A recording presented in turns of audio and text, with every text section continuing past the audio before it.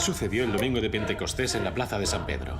El Papa Francisco se acercó a una persona, puso sus manos sobre aquel joven que reaccionó de manera extraña. Para algunos fue un exorcismo. ¿Quel est le nom du septième esprit? Dans le corps de Brigitte, quel est le nom du septième esprit?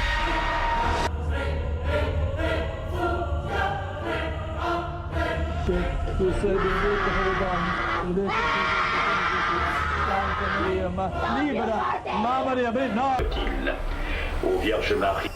Sin embargo, el padre Gabriele Amor, decano de los exorcistas del Vaticano, continúa diciendo que innegablemente se trataba de una oración de liberación.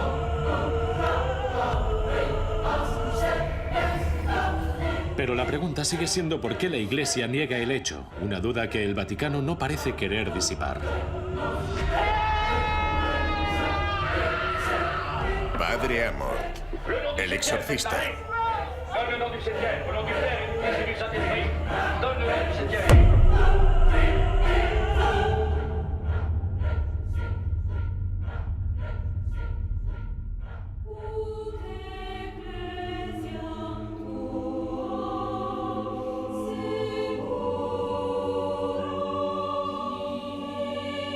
Dios te salve, María, llena eres de gracia. El Señor es contigo, bendita tú eres entre todas las mujeres, y bendito es el fruto de tu vientre, Jesús. Santa María, Madre de Dios, ruega por nosotros, pecadores, ahora y en la hora de nuestra muerte. Amén. Oh María, sin pecado concebida, ruega por nosotros, que recurrimos a ti, por la intercesión de María Santísima. Dios Todopoderoso os bendiga, Padre, Hijo y Espíritu Santo. Amén. El Señor esté con vosotros. Don Gabriele Amor nació en 1925, así que tengo 88 años. En Módena, en una familia muy religiosa, practicante, con 5 hermanos varones, todos ellos muy fieles a Dios, a la Iglesia y a Acción Católica, y a los 18 terminé la educación secundaria. A los 22 me gradué en jurisprudencia. Entonces entré en la Compañía de San Paolo, gracias a Rossetti, que era el adjunto de Gasperi.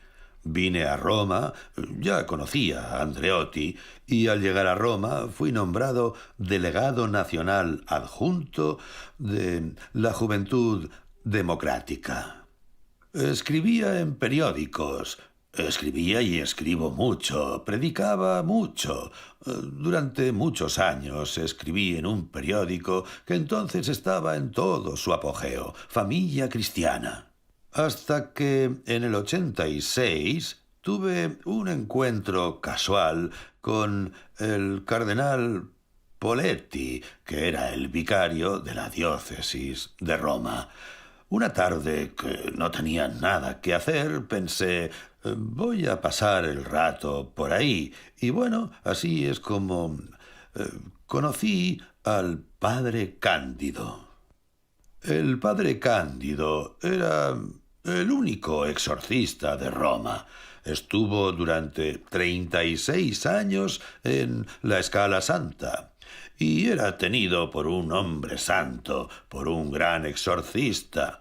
Y al cabo de poco tiempo, el cardenal Poletti me preguntó, ¿conoce usted al padre Cándido? Sí, conozco al padre Cándido. Es muy viejo, está enfermo, necesita ayuda. ¡Pum! Cogió una hoja de papel y comenzó a escribir, y me di cuenta de que me estaba inscribiendo como exorcista. Por eso hace 27 años que soy exorcista a tiempo completo. Protesté en vano. Usted me conoce y sabe que solo sirvo para bromear y contar chistes. No pude hacer nada, siguió impertérrito, y entonces me encomendé a la Virgen, a ella, y le dije, escúchame, Virgen mía, envuélveme en tu manto para que los demonios no puedan hacerme nada. Oh, y la Virgen me escuchó. No me dijo nada, pero lo ha hecho. Los demonios me han amenazado varias veces durante los exorcismos. Esta noche te echaremos de la cama. Esta noche vendremos en forma de serpiente bajo tus sábanas. Y otras veces me decían, no podemos hacerte nada porque estás muy bien protegido.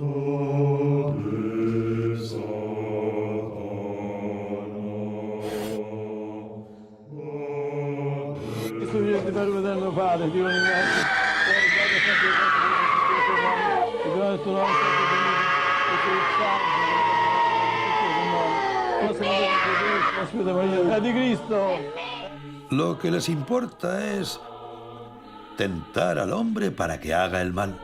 Y a todas las personas, desde que nacen hasta que mueren, desde los santos a los malvados, a la gente mala, perversa, incluso a los más santos, a Jesucristo y a la Virgen María, desde el nacimiento hasta la muerte, todos somos tentados por el demonio. Pero siempre le hemos vencido.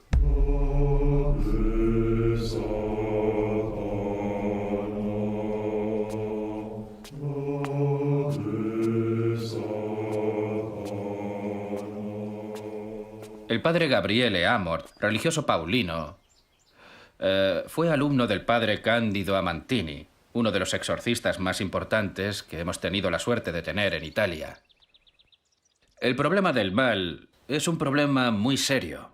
Debe ser abordado con espíritu escéptico, con un espíritu que se caracterice por el máximo rigor científico y unos estudios extremadamente rigurosos. El problema del mal, el problema del demonio, tiene que ver con la salvación, con el gran problema del misterio de la salvación y la gracia de Dios. Porque solo por medio de la gracia de Dios puede liberarse el hombre del pecado original. ¿Quién es el demonio? ¿Qué distingue al demonio del mal? En muchos pasajes de la Biblia se habla de Satanás, del demonio, de Belial, de Azazel. Son nombres diferentes por los que se conoce a quien fue un ángel. ¿Quiénes son los ángeles? Los ángeles son inteligencias, espirituales y personales. Estamos hablando de un aspecto espiritual cuya cognición solo puede alcanzarse con la ayuda de la fe. Quien no tiene fe no puede justificar la presencia de los ángeles y menos aún la presencia del demonio. Se adaptan a nosotros, son políglotas. Hablan muchas lenguas, son inteligentísimos, mucho más inteligentes que nosotros, porque son espíritus puros y al convertirse en demonios han conservado su naturaleza angélica, de espíritus puros, y su inteligencia, su capacidad de iniciativa y su habilidad como emprendedores. Quien no tiene fe puede percatarse del problema del mal. Todos podemos, aunque no tengamos fe, aunque hayamos crecido en un ambiente ajeno a la educación católica. Tenemos conocimiento, tenemos conciencia del bien y del mal. Quisiera hacerle una pregunta sobre el exorcismo. ¿Cómo se presenta? ¿Cómo se manifiesta el demonio? Si solo hay uno, si hay varios, y si durante todos estos años de carrera ha habido una evolución, incluso en el lenguaje, en la expresión.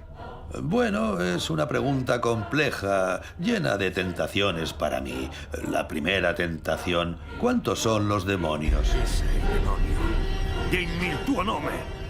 Una vez al padre Cándido le preguntaron durante un exorcismo que si la presencia del demonio está en una persona, ¿existe la posibilidad de un diálogo entre el exorcista y el demonio? Nomine Christi, designate. Teniendo en cuenta que el demonio es un gran mentiroso, hay que acorralarlo y obligarlo a responder solo a nuestras preguntas. Una vez le pregunté, ¿cuántos demonios hay? Y respondió, si fuéramos visibles, porque los demonios son invisibles, son espíritus puros, si fuéramos visibles, oscureceríamos el sol.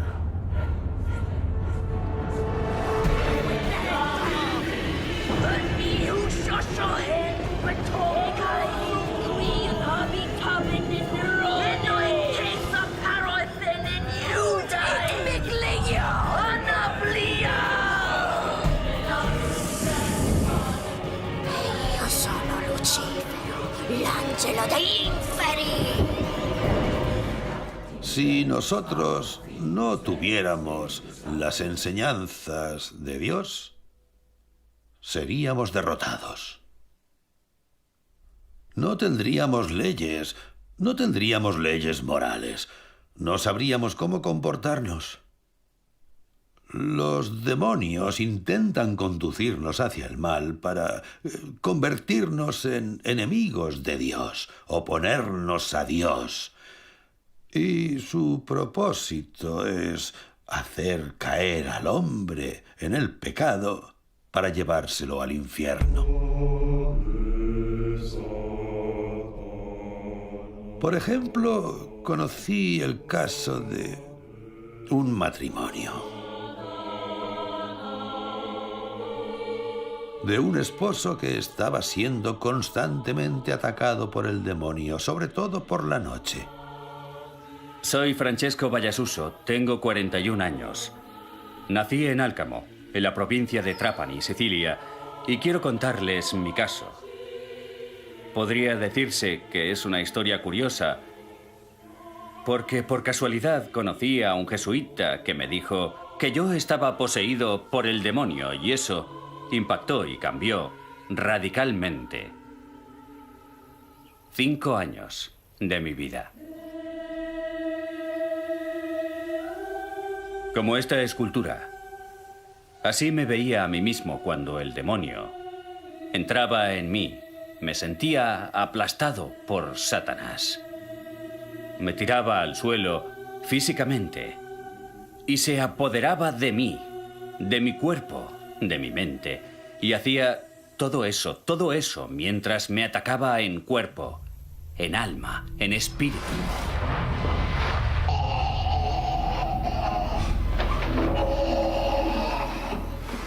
El hermano jesuita Ferro empezó a verme casi todos los días y recuerdo exactamente ese primer encuentro con él durante la primera posesión, y ese día había sido fatal para mí.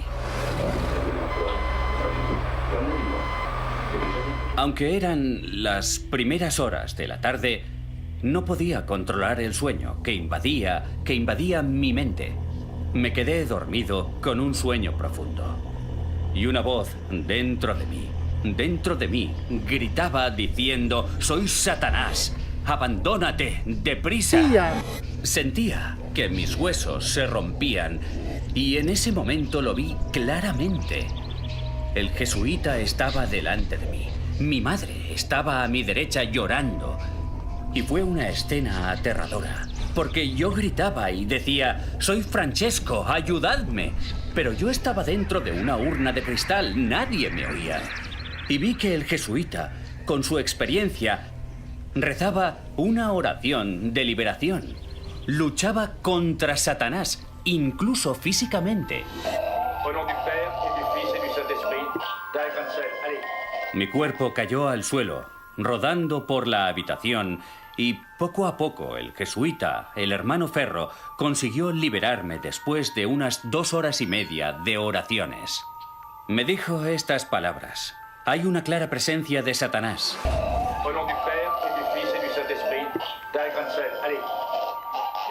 Debemos encomendarnos a un famoso exorcista y gran decano, el padre Mateo Lagrua.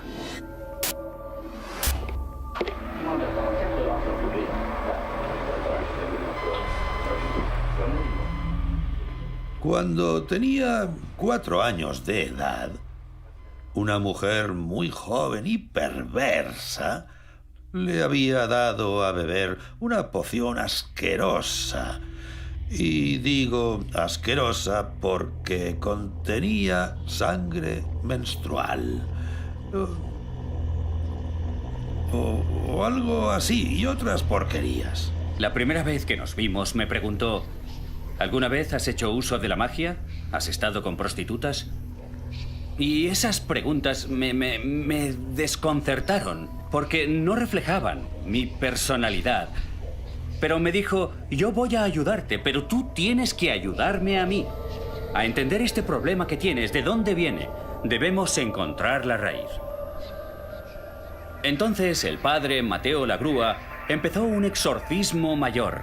Y cuando le hizo una pregunta, en ese momento el demonio, Satanás, arremetió contra mí y le gritó al padre Mateo: «Francesco es mío, detente o te mataré». El padre Mateo Lagrua, con su autoridad, le hizo una pregunta concreta: ¿estás solo o hay otros contigo? Y el demonio, con toda su maldad y toda su astucia, le dijo: ¿no ves que estoy solo?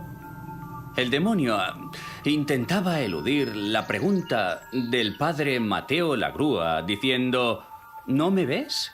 Estoy aquí, yo te veo, pero tú no me ves. Pero el padre Mateo mantuvo la calma. Te ordeno, en nombre de Jesús, que me digas la verdad.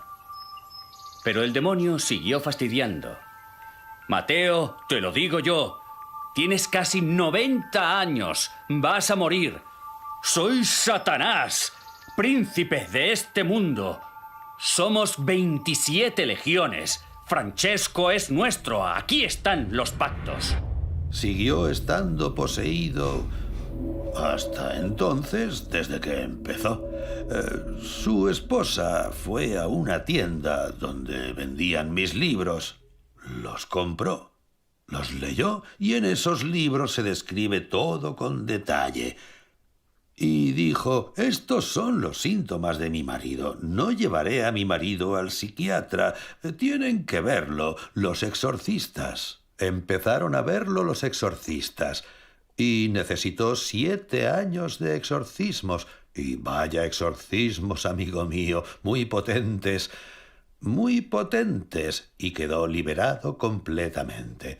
Pero la esposa también tenía poderes y también fue atacada por el demonio, porque hay momentos de crisis y momentos de pausa, momentos de crisis en la calle, etc.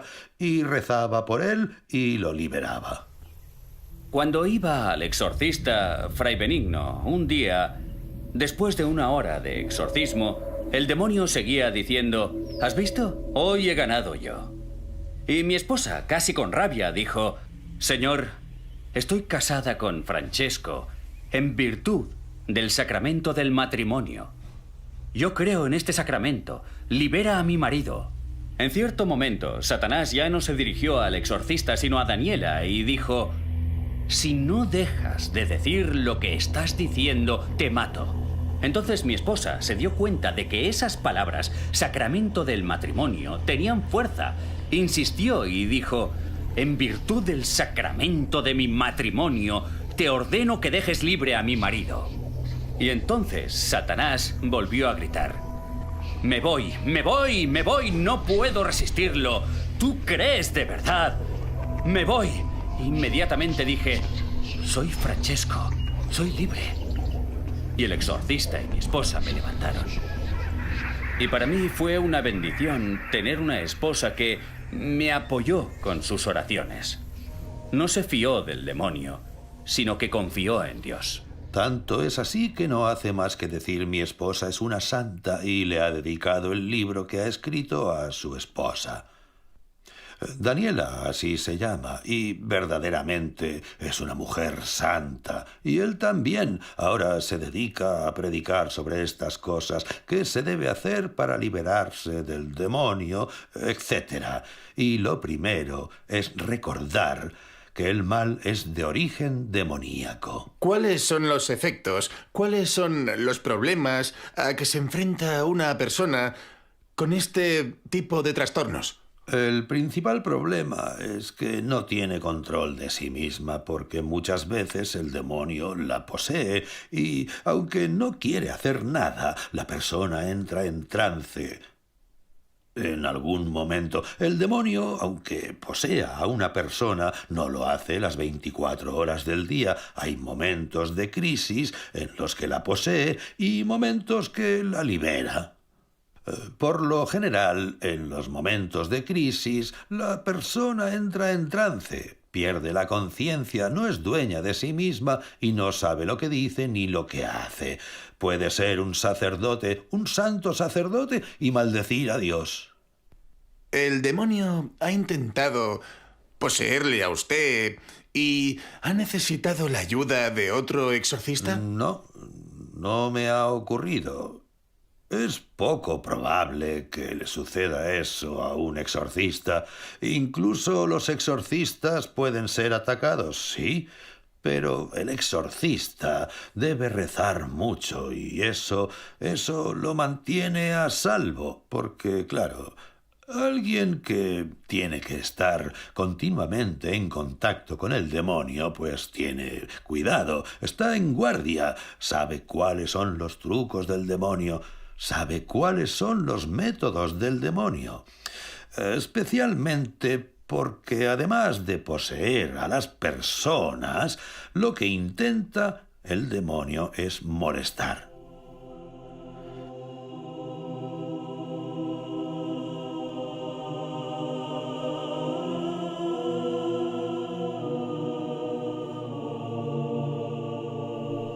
A decir verdad, todos los exorcistas pasan por una experiencia que es nueva con respecto al pasado.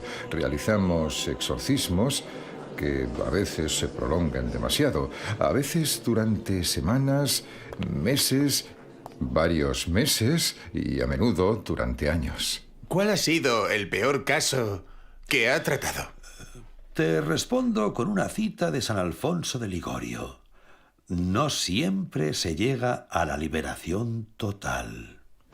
Para liberar a una persona definitivamente del demonio bastaba un exorcismo. Este exorcismo podía durar 30 minutos, 1 hora, 2 horas, 3 horas, 4 horas, pero al final todo terminaba y la persona quedaba liberada. Pero en cambio, en nuestros días, todo se ha vuelto más difícil y más largo. Aún más largo.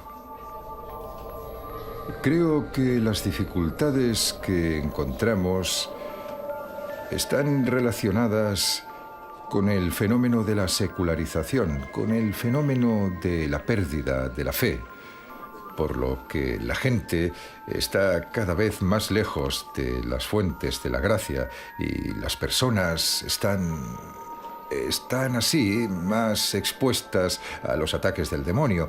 Y ese es, creo yo, uno de los primeros aspectos. El segundo aspecto es que la fe en el demonio y en sus acciones son verdades de la fe que el Catecismo de la Iglesia Católica confirma. Son verdades de la fe de las que yo ni nadie podemos dudar nunca.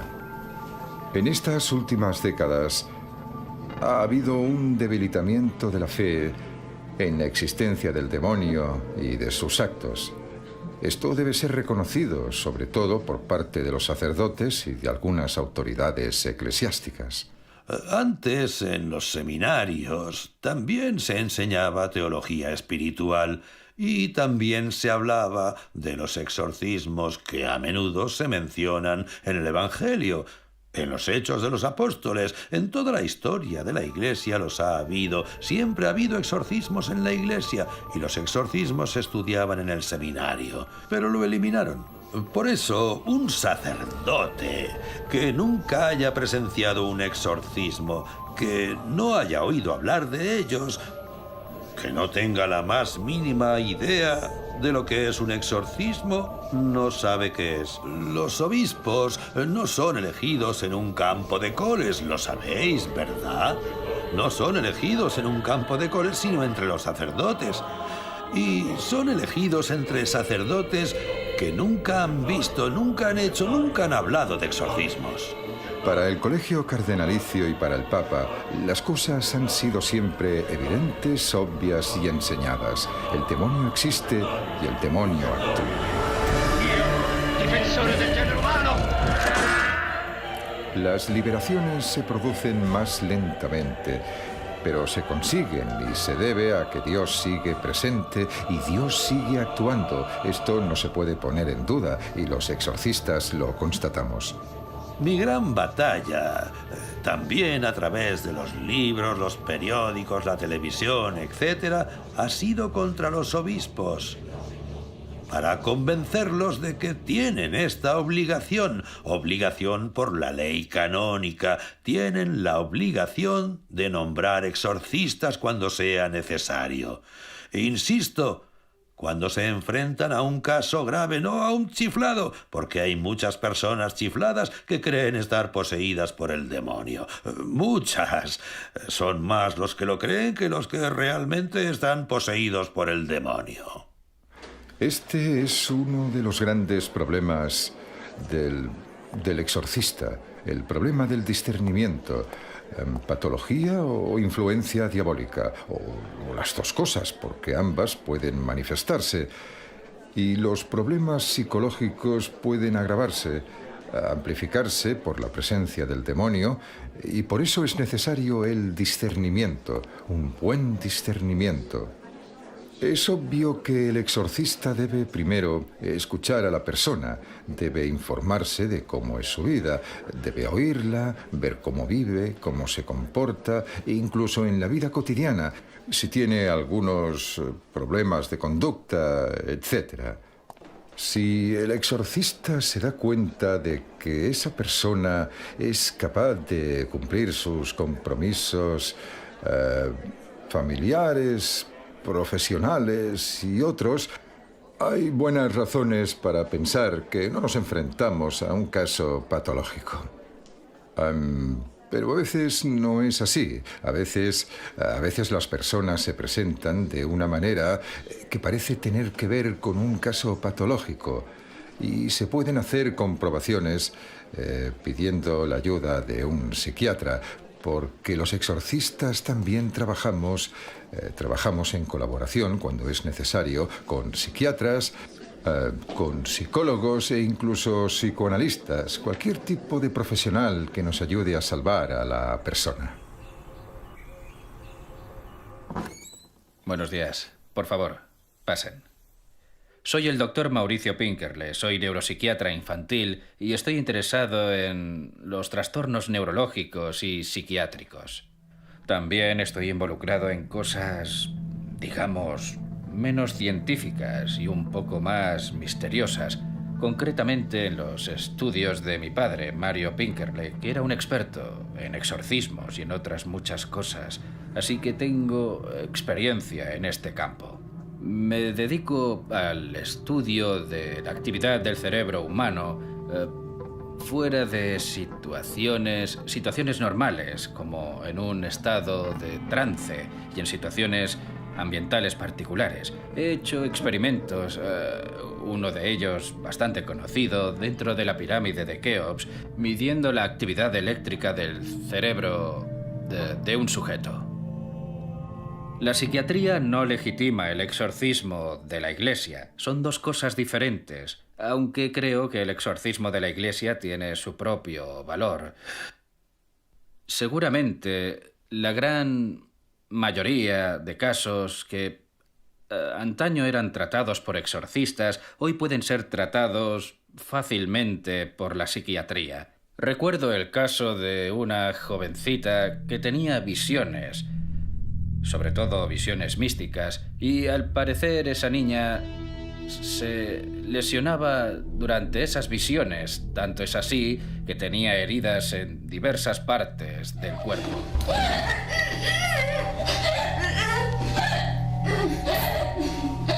Inmediatamente se involucraron una serie de personas que aconsejaron la posibilidad de hacer un exorcismo y recuerdo que yo también fui convocado por un obispo exorcista con quien tuve una larga conversación.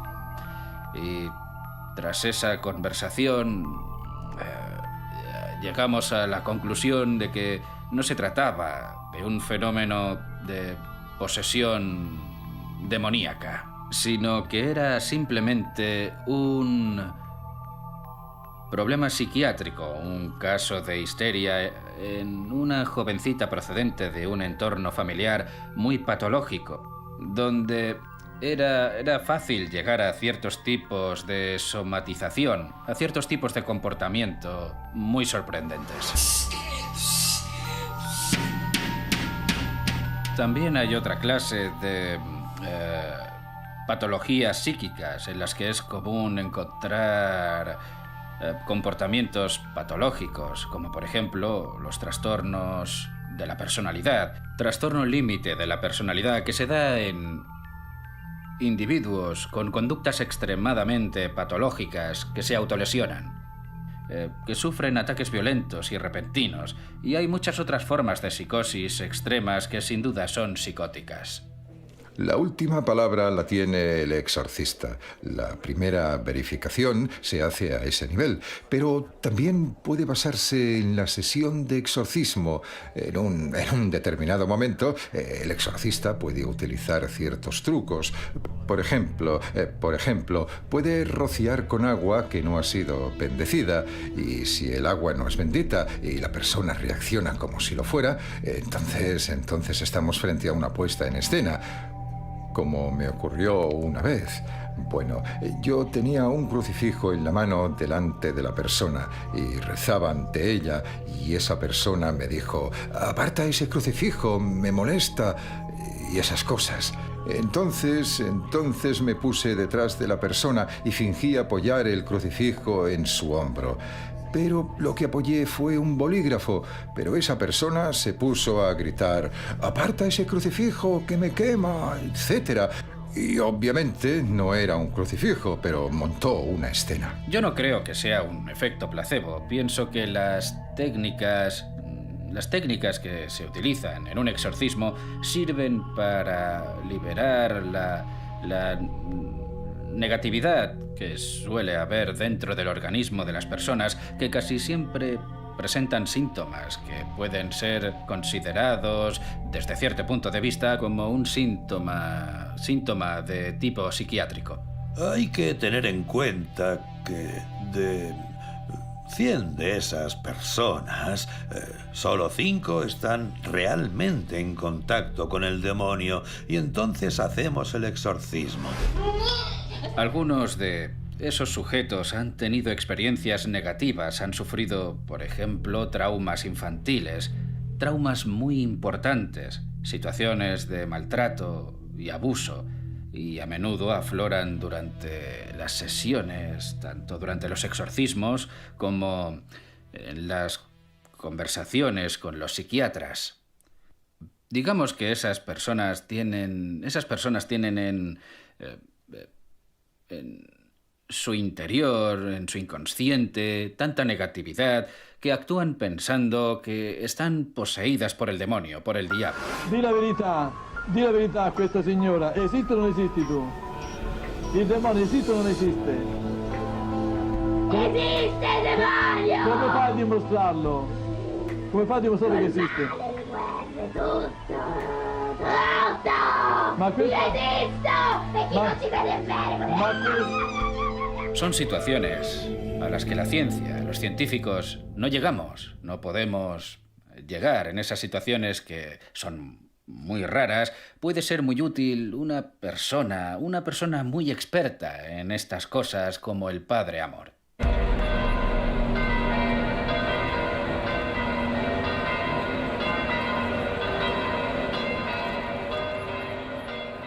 Cari fratelli e sorelle, buongiorno.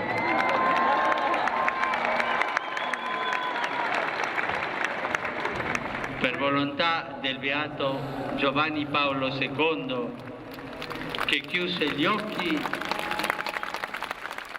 ¿Qué piensa usted de la renuncia de Benedicto XVI y del hecho de que este nuevo papa sea de una parte del mundo que es muy ferviente, muy creyente?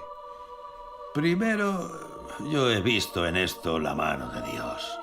Segundo, yo creo que hubo algunas razones también humanas, y en mi opinión, ese papa, Ratzinger, vio que había tenido un gran éxito entre las masas, un éxito impresionante, como Juan Pablo II.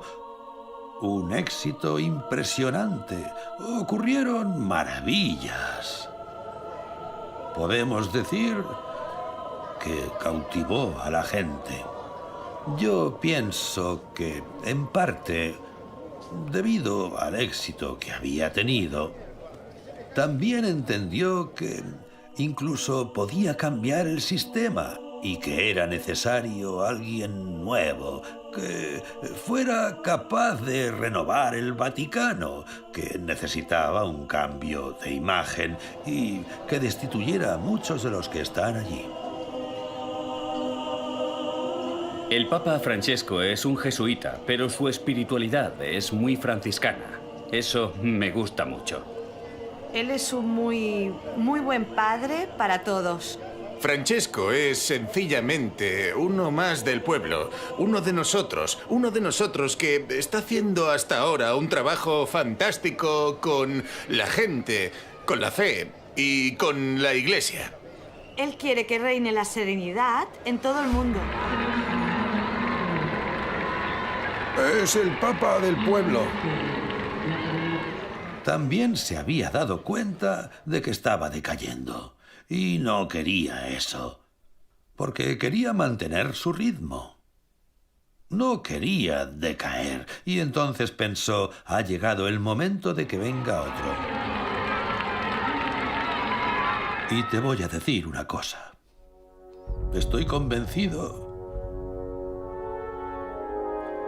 de que el Papa Juan Pablo I fue asesinado.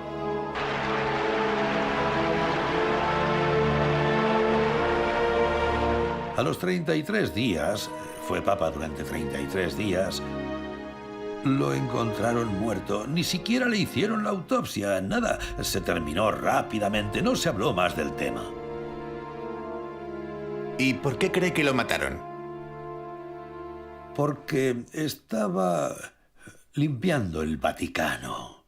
Y se sabe, son nombres conocidos, que al menos 6 personas de altísimo rango no querían ni oír hablar de ser destituidos.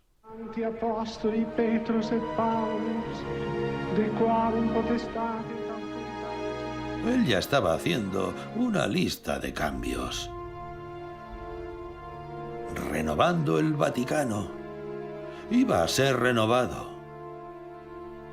Lo estaba preparando. ¿Y cree usted que este nuevo papa, que también tiene esa intención de renovación, también está en peligro?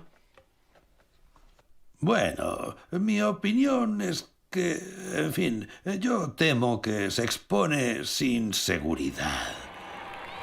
Se expone sin protección, pero se entiende que lo hace a propósito, porque quiere dar la cara.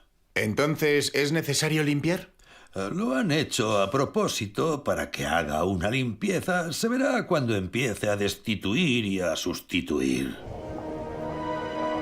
Es necesario porque incluso en la Iglesia, en el Vaticano, están los males que tiene la humanidad.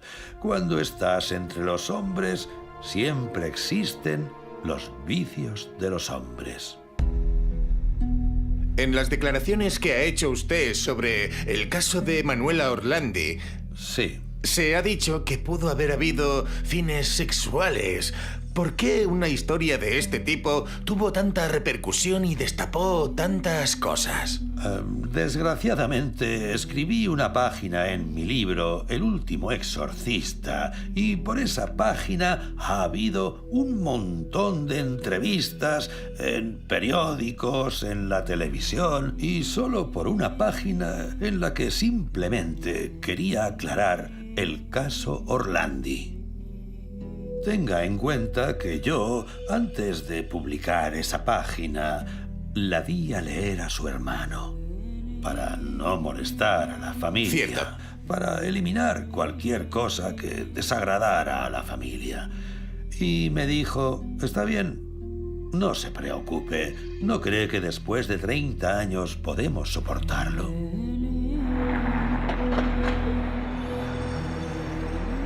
Me llamo Pietro Orlandi y soy el hermano de Manuela, la ciudadana del Vaticano que desapareció hace casi 30 años. Cuanto más investigamos, las suposiciones aumentan en vez de disminuir. Manuela era una chica tranquila, alegre, le gustaba mucho la música, tocaba la flauta y el piano. Siempre estaba con su hermana menor y con amigos que formaban parte de la parroquia de Santa Ana del Vaticano. Recuerdo aquel 22 de junio en que desapareció como si fuera ayer. Emanuela tenía que ir a clase de música.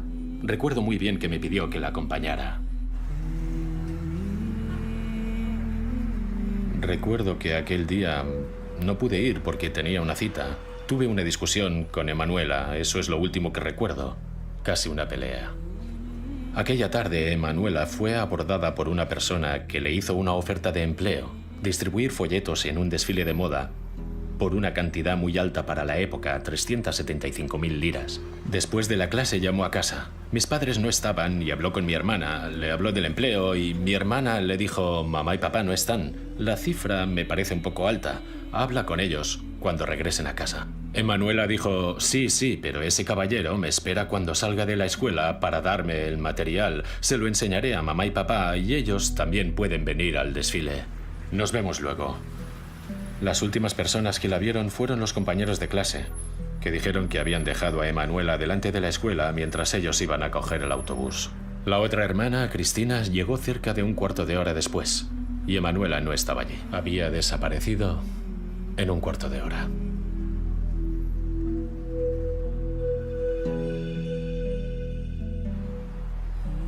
Y desde ese momento no hubo diferencia entre el día y la noche, porque estuvimos buscándola por todas partes, por todas partes. Esa noche hicimos la denuncia a la policía, pero no se aceptó, así que estuvimos 2 o 3 días sin saber nada de lo que podría haberle pasado.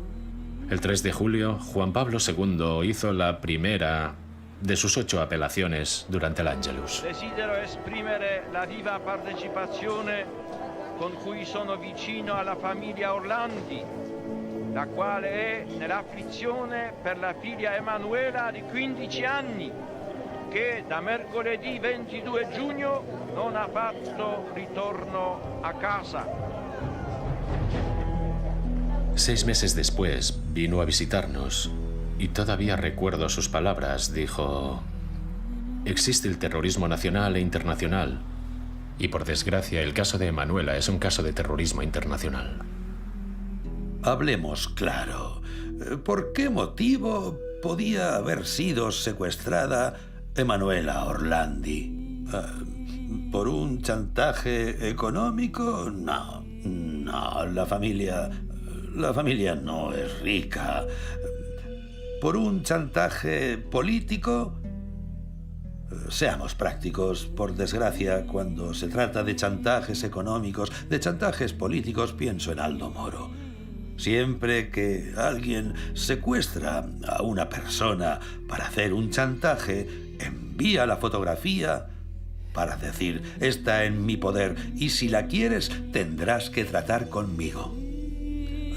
De Emanuela Orlandi nunca llegó nada.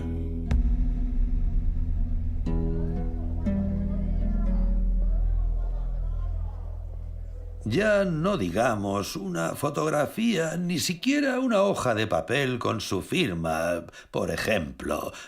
Nada. Es imposible que fuera secuestrada para hacer un chantaje. En el transcurso de estos años siempre he intentado hablar, contactar con quien ha sido posible. Y recuerdo que hace un año conocí a una de esas personas, el padre Amort. Como muchos otros, también tenía sus teorías. ¿Cuál es mi opinión? He guardado silencio durante 30 años. He estado callado 30 años porque pensaba... sé bien que se hacen misas negras en las que hay una mujer virgen que hace las veces de altar y luego la sacrifican, etc. Y hay burdeles, etc. Influenciado por esas cosas, tuve enseguida la sensación de que habían secuestrado a la niña para usarla y deshacerse de ella. A lo único que se refirió fue a la forma del secuestro, que como se ha dicho, es muy similar a la utilizada por las sectas satánicas. Él me dijo, yo he conocido muchas, pero si Emanuela fue víctima de esa gente, nunca lo sabremos a ciencia cierta. Roma estaba llena de carteles con el rostro de Emanuela Orlandi. Y quien la había secuestrado ni siquiera sabía que era Emanuela Orlandi. Por sorprendente que parezca, en ese momento, en una calle principal, no había movimiento, por lo que no había testigos. Nadie había visto a esa niña de unos 15 años, la edad ideal para ciertas operaciones sucias. Y la secuestraron.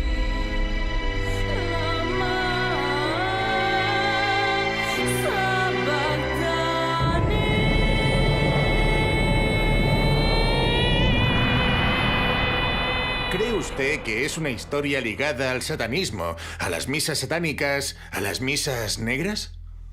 Bueno, puede estar vinculada a las misas negras, también puede estar vinculada con los burdeles. Es cierto que hay gente dentro del Vaticano que son personajes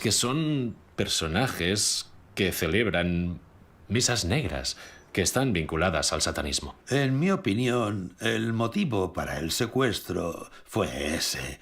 Vieron a esa jovencita. En ese momento la calle estaba solitaria.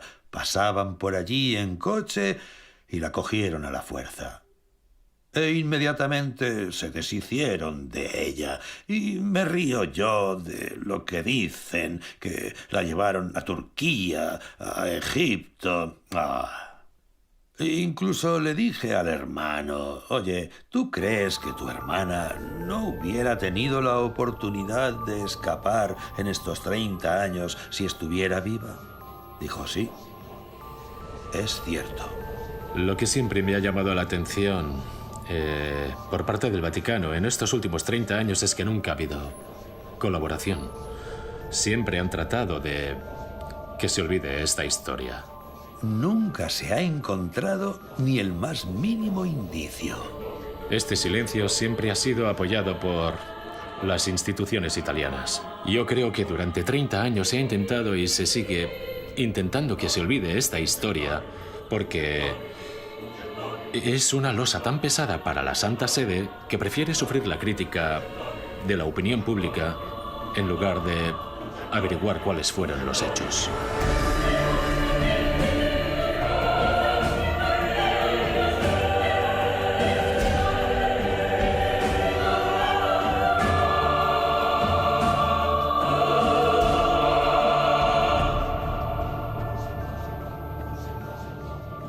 Bueno, usted ha hablado de casas poseídas. ¿Cómo se manifiesta la posesión de una casa? Ruidos. Al principio hay ruidos. Bum, bum, bum.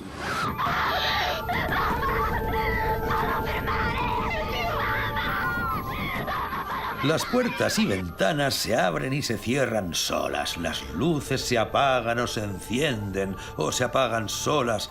La televisión, internet, el teléfono. De noche, en plena noche, se ponen en marcha por sí solos a todo volumen. Luego, los ataques, piedras contra los cristales. ¿Y qué se hace para liberar una casa? Exorcismos. Incluso allí, la oración del exorcismo, los rituales propios del exorcismo, consiguen liberar la casa.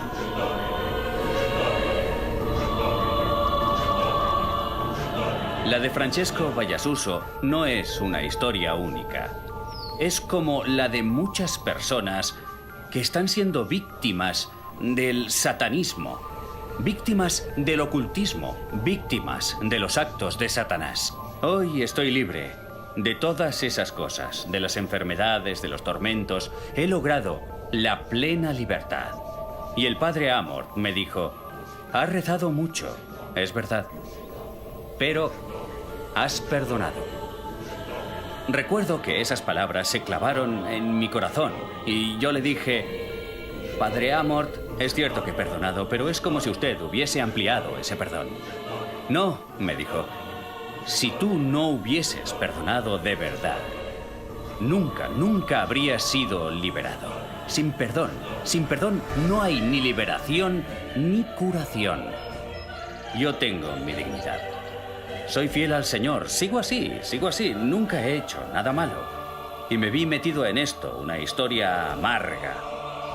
Decepcionante, por supuesto. Y en ocasiones, a veces, me dicen, yo te veo siempre con una sonrisa en los labios, pero la sonrisa me la ha devuelto Dios. Y por eso tengo que sonreír a los demás. La sociedad moderna, la sociedad secularizada, detrás de la cual corre la humanidad, está ansiosa y más sumergida que nunca en el mal. Benedicto XVI ha hablado de la dictadura del relativismo. Y esta es la nueva frontera, la nueva batalla de trincheras desde la que el demonio ha lanzado su desafío a la cristiandad, ha lanzado su desafío al orden social y al orden espiritual de Europa, de Occidente y del mundo. A este desafío debemos responder no pretendiendo ser cruzados del tercer milenio, ni buscando improbables actos heroicos. El mayor heroísmo es el heroísmo de la propia vida, el heroísmo del bien, tratar de hacer el bien a la gente y sobre todo rechazar aquello que nos introduce el mal, es decir, el pecado. No debemos tener miedo de lo que el demonio puede hacernos, pero sí hay que temer a lo que podemos hacer por él.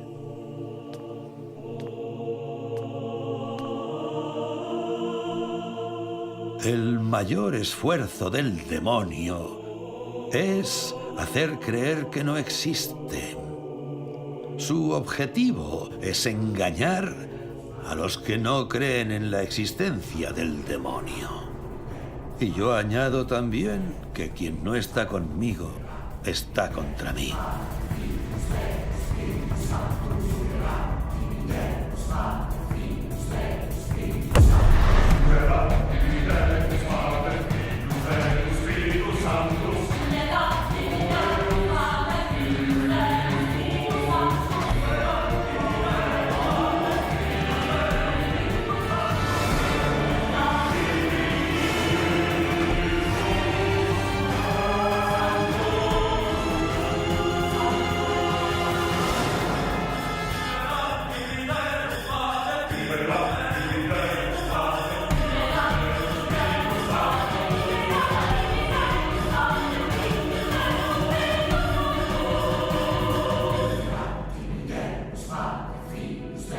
Spiritus Sanctus.